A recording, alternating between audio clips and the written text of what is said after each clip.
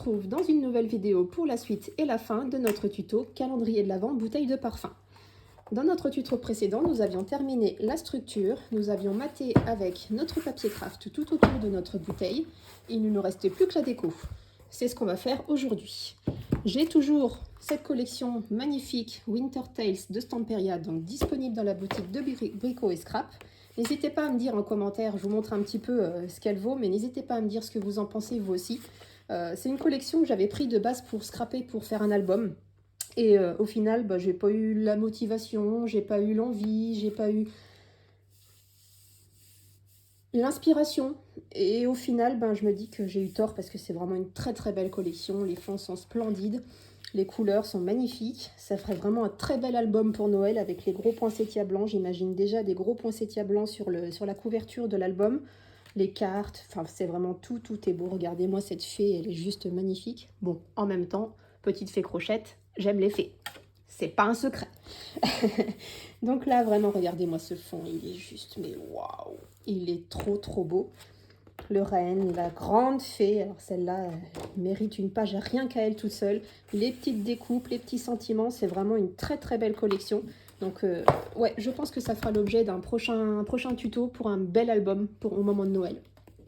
Donc dans ce bloc, j'ai utilisé cette feuille-ci pour les petites boîtes. Il nous restait une chute, si vous vous souvenez bien. Et j'ai utilisé celle-ci pour le reste de la déco de mon calendrier.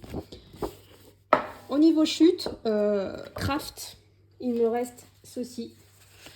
Sur les 3 feuilles qu'on a utilisées, il me reste ces toutes petites chutes. Donc bien évidemment, je vais les garder pour solidifier les petits sentiments que je vous ai montrés dans le bloc, pour faire des pochettes, pour mater des petites choses. Voilà, je vais garder ces petites chutes. Au niveau des 2 grandes feuilles 30-30, pour la première des petites boîtes, il va nous rester ceci, après avoir découpé le fond de mon calendrier. Et au niveau de la deuxième feuille, il me reste ceci. Voilà, 5 petits morceaux. Je pense qu'on a très bien géré au niveau des coupes. 2 feuilles pour un calendrier, je pense qu'on s'en est pas mal sorti du tout. J'ai découpé toutes mes petites feuilles, elles sont ici et ici, et je vous explique. Au niveau tout le tour, j'ai utilisé la deuxième feuille toute neuve, et au niveau de la chute qui me restait des petites boîtes, je l'ai utilisé pour le fond de mon calendrier ici et là. Comme ça, on n'utilise pas une nouvelle feuille, il nous restait une chute, je voulais absolument l'utiliser. Donc ce papier servira pour le fond, pour le dessous de notre calendrier, celui qui sera le moins visible, même si le papier est très joli. Du coup, tout ceci ira tout en haut, au niveau des côtés. Derrière, je ne touche pas, ce sera une carte qu'on fera ensemble d'ailleurs dans ce tuto. Et par contre, je voulais vous expliquer au niveau des coupes, je prends toujours 4 mm de moins que mon papier de matage pour pouvoir laisser un joli bord de 2 mm en haut, en bas et sur chaque côté pour vraiment faire ressortir notre papier et que notre papier de matage se voit. C'est un peu le but aussi. Donc n'hésitez pas à bien mesurer votre papier de matage, d'enlever 4 mm en tout, en haut, en bas et à gauche à droite. Et du coup, vous pourrez coller votre petit papier pour faire tout ressortir tout ça et que ça fasse trop joli. Je fais mes collages hors caméra et je reviens tout de suite après pour la suite du tuto. Et voilà, j'ai terminé de coller tous mes petits bouts de papier sur mon calendrier de l'Avent. Je ne sais pas ce que vous en pensez, mais c'est très joli. Le craft fait vraiment ressortir le bleu de notre papier, c'est très beau. Enfin moi, j'adore en tout cas. Hop, le dessous, les dessous ici et là. Tout est prêt, tout est beau, tout est décoré. Maintenant, il ne nous reste plus qu'à attaquer la carte qui va se poser à l'arrière. Donc je pose mon projet et on va s'attaquer à la base. Il va vous falloir un morceau de papier qui fait 23 cm par 23 cm et vous allez de chaque côté marquer des traits à 3 cm. On va utiliser le dernier die que j'ai acheté chez Hélène, sur Hélène Scrap Store sur Etsy. Oh, c'est difficile à dire ça. Hélène Scrap Store sur Etsy. Et donc j'ai utilisé cette bordure-ci. Hop, je vous la montre. C'est celle-ci.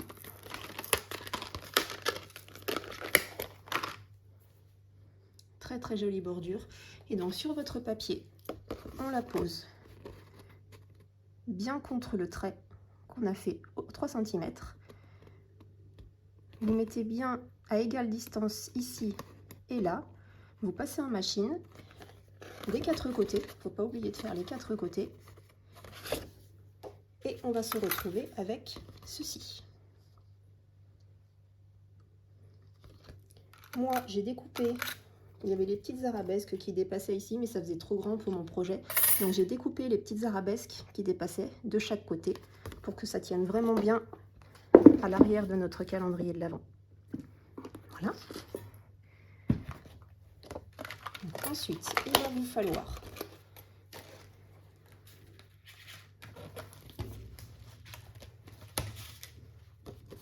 une base de page. Donc moi j'ai pris dans le super beau papier que j'ai trouvé dans le bloc Winter Tales. Il nous faut un morceau qui fait 16,8 par 16,8 qu'on va venir coller sur notre base.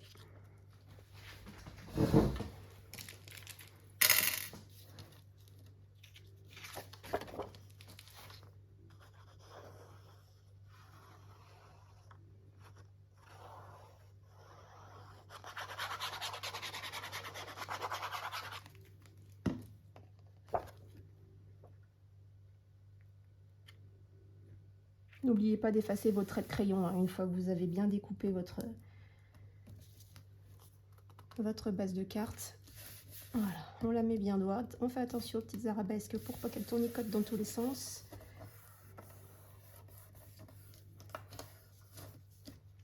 Hop. Ensuite, j'ai utilisé celui-ci, le Royal Elegance Frame. Et là, j'ai utilisé presque tous les die, sauf celui du milieu. Le petit qui est ici, je ne l'ai pas utilisé. Alors, j'ai commencé par faire une base de cartes blanche. Elle se présente comme ceci. Je l'ai coupée en deux et on va venir la coller ici. De chaque côté.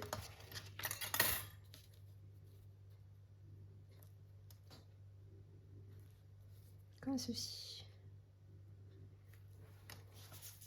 Bien bord à bord sur chaque côté de votre projet.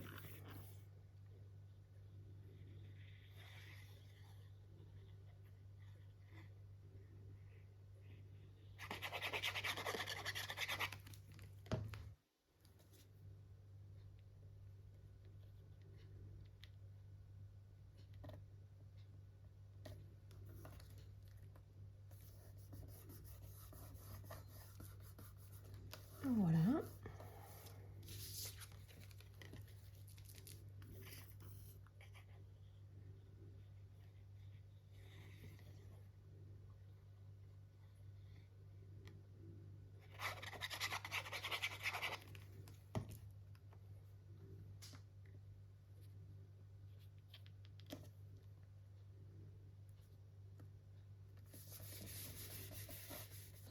Et en voilà deux. J'ai ensuite utilisé ceux-là ici sur le reste de mon papier bleu. Je l'ai aussi coupé en deux et on va le coller de chaque côté pour faire ressortir la couleur. Là c'est un petit peu plus fastidieux parce qu'il y a des petites arabesques à en coller de tous les côtés, mais avec notre embout de précision ça va très très bien.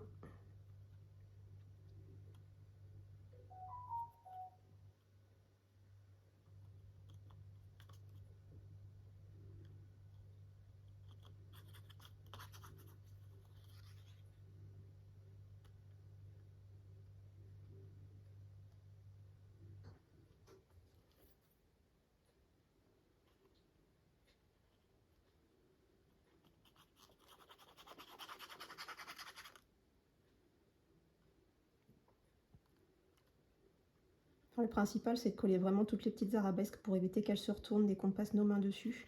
Ça serait dommage quand même parce qu'elles sont vraiment très très belles.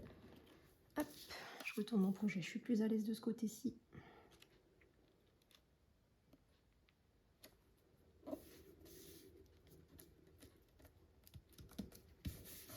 Voilà, on laisse bien notre petit morceau blanc dépasser pour faire ressortir la couleur. On fait la même chose de l'autre côté.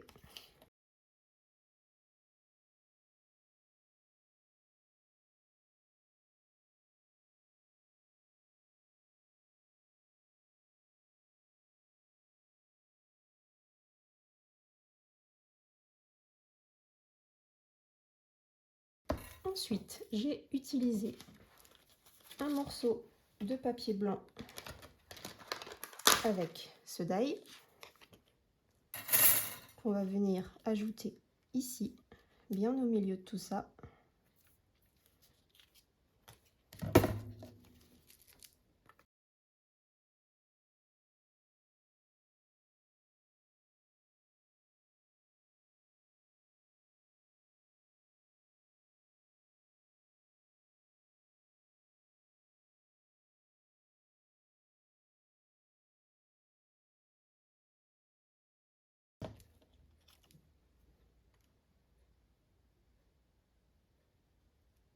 Donc on essaye de coller au milieu à vue d'œil, hein.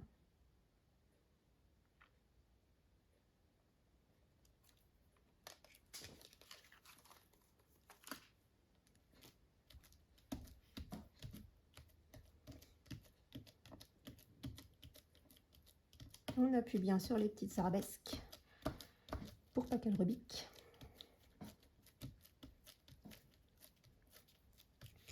J'ai ensuite utilisé ce die-ci avec du papier argent que j'ai pris sur la boutique de Brico et Scrap. Alors, je vais essayer de trouver la référence qui doit être cachée dessus. Voilà. C'est le A4 Premium Mirror Card. Il y a 10 pages. Ils font 240 grammes. Donc il y a de quoi faire, hein, vraiment. Donc ceci, on l'ajoute au milieu de la pièce précédente. Bon, celle-là va bien plus vite d'un coup, hein. J'en mets partout dans mes doigts.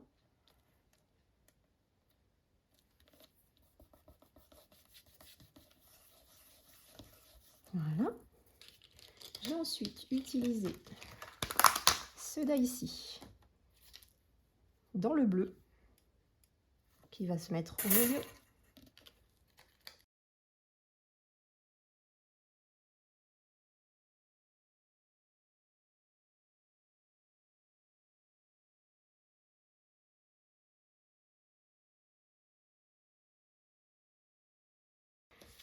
Je vais utiliser un des derniers kits, un des derniers tampons que j'ai acheté chez Hélène, pareil, sur Hélène Scrap Store, le Holiday Star. Je vais prendre le Merry Christmas. Je le trouve très très joli avec les petites arabesques et les petites étoiles. Donc je vais prendre ceci. J'ai pris de la Stampin' Pad Béguin bleu pour tamponner au milieu.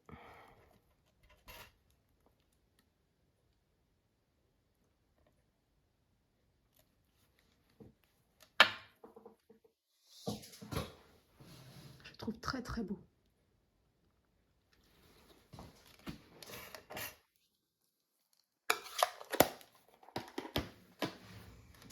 Et on va le coller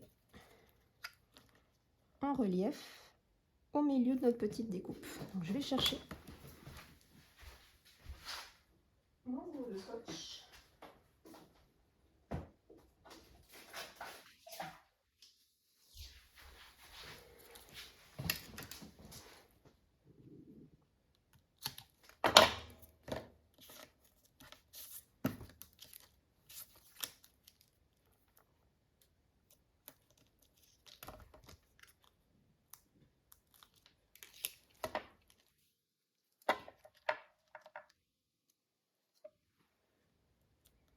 Et on le colle en plein milieu de notre carte. Donc voilà, notre petite carte est terminée. Je vais ranger tout mon bazar après.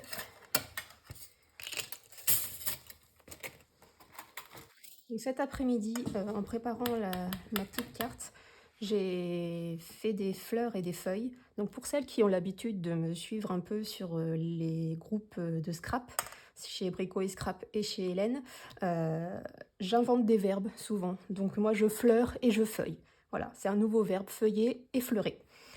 Donc j'ai fait quelques feuilles. J'ai fait 2 formes de feuilles et 2 tailles de fleurs. Donc c'est les poinsettias, c'est les tout petits poinsettias qu'il y a dans les die, les anciens die. Donc c'est tout ce que j'ai pour l'instant à portée de main. J'en ai commandé chez Hélène que j'attends encore. Je les ai commandés en début de semaine, donc ça devrait arriver d'ici 15 jours. J'ai utilisé les die, les tampons et le mold Leafy Accents pour faire mes feuilles.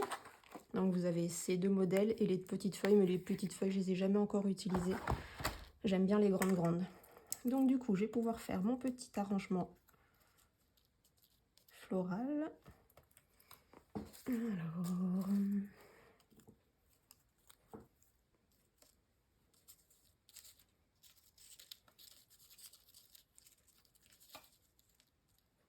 Ce qui est bien, c'est qu'on peut les découper, on peut vraiment garder que ce qu'on a besoin et garder le reste pour un autre projet ou pour décorer à droite à gauche quand il nous manque un petit peu de...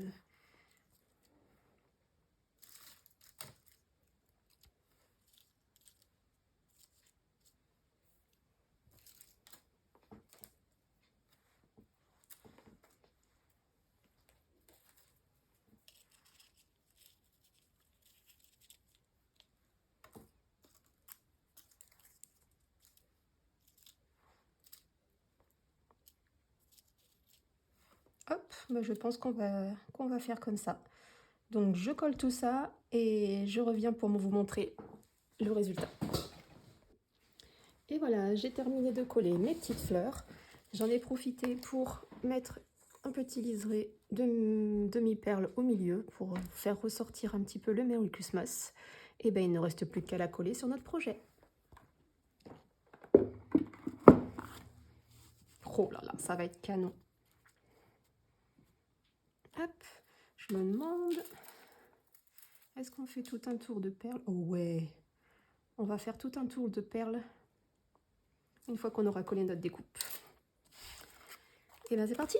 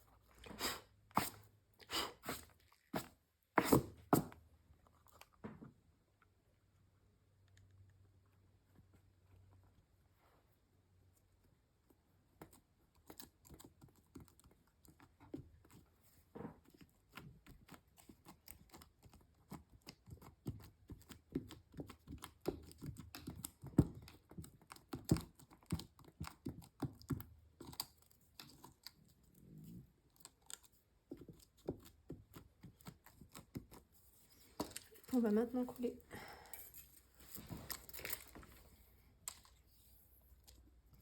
tout autour nos demi-perles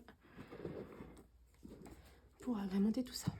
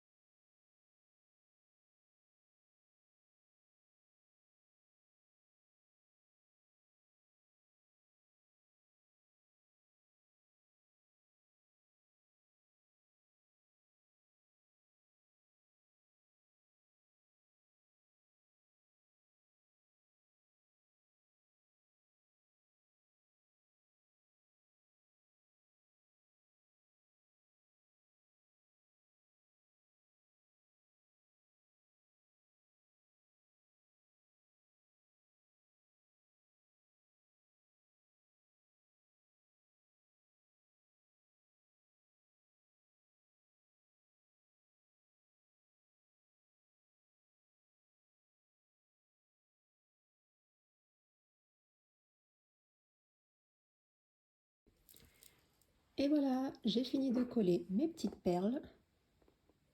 J'en ai profité pour faire un nœud triple avec une jolie déco en plein milieu. Pour agrémenter un peu le haut, je trouvais qu'il manquait quelque chose. Il ne me reste plus qu'à mettre les petites boîtes et notre tuto sera terminé.